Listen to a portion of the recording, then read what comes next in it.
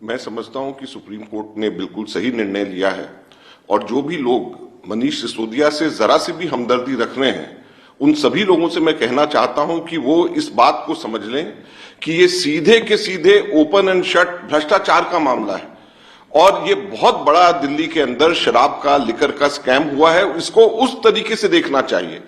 हम लोगों को ये बताना चाहते हैं, केजरीवाल और आम आदमी पार्टी ये कह रहे हैं कि इनके साथ में बहुत बेइंसाफी हो रही है। क्या बेइंसाफी हो रही है इनके साथ में?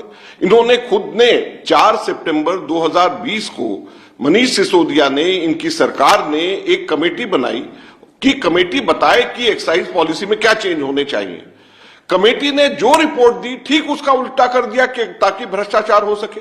कमेटी ने ये कहा कि आप होलसेल की जो भी इसकी होलसेल का ट्रेड है उसको सरकार अपने हाथ में ले ले, जैसे कर्नाटक के अंदर होता है। इन्होंने उसकी जगह होलसेल का सरकार अपने पास में ले ले, इसकी जगह 6% पहले कमीशन होता था उसको बढ़ा करके 12% कमीशन कर दिया और ये पूरी तरीके से एस्टैब्लिश हो चुका है कि उस 12% के अंदर 6% वापस इन लोगों ने ले लिया।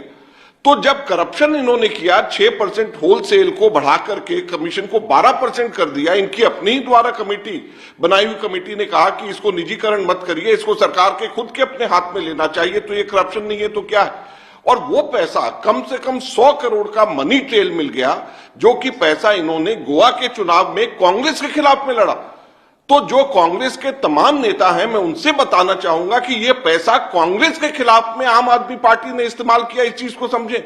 यह पैसा देश विरोधी लोगों के साथ में मिलकर के उनकी मदद करने के लिए आम आदमी पार्टी ने खर्च किया। इस चीज को ये लोग समझे।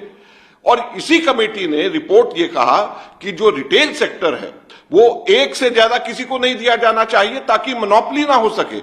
और उन्होंने ठीक इसका उल्टा किया।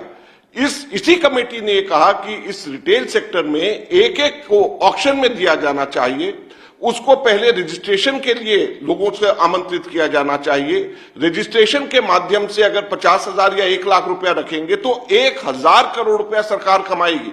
इस कमेटी का यह कहना था और इन्होंने उसको नहीं कहा। उन्होंने इसको इसके अंदर भी मोनोपोलाइजेशन कर दिया। हुआ ये कि जो मैन्युफैक्चरर्स से लिकर मैन्युफैक्चरर्स, उन्होंने कंपनी अपनी ही कोई कंपनी और नहीं बना करके उन्होंने होलसेलर बना दिया। अपनी तीसरी कंपनी बना करके उन्होंने रिटेलर बना दिया।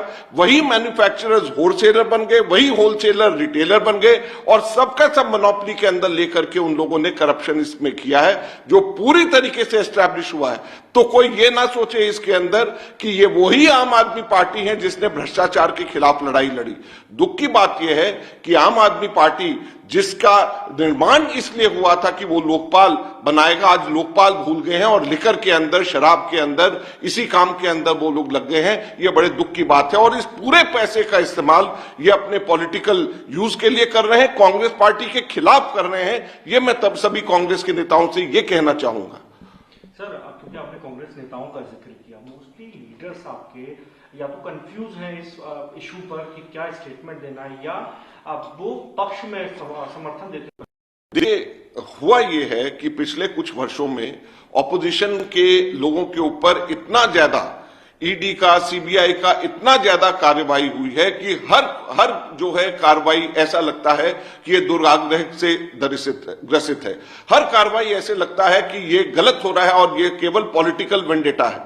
इसीलिए मैं केंद्र सरकार से भी कहना चाहता हूं कि इसका इस्तेमाल, अपने ईडी का, सीबीआई का इस्तेमाल सोच समझ करके होना चाहिए और इतना ज्यादा नहीं होना चाहिए कि जब सही केस भी हो तो वो भी ऐसा लगे कि ये पॉलिटिकल वेंडेटा है। ये पॉलिटिकल वेंडेटा इस वाले मामले में बिल्कुल भी नहीं है। ये clear cut open and shut corruption का केस है। ये मैं केंद्र सरकार से भी कहना चाहता हूं कि इसको स्पेयरिंगली, बहुत सोच समझ करके अपनी एजेंसीज का इस्तेमाल करना चाहिए ताकि उसकी क्रेडिबिलिटी भी बनी रहे। और अगर उसकी क्रेडिबिलिटी बनेगी तो कोई इस प्रकार का प्रश्न नहीं उठा पाएगा। इस मामले के अंदर पूरी तरीके से केजरीवाल सरकार पूरी तरीके से इन्वॉल्व है।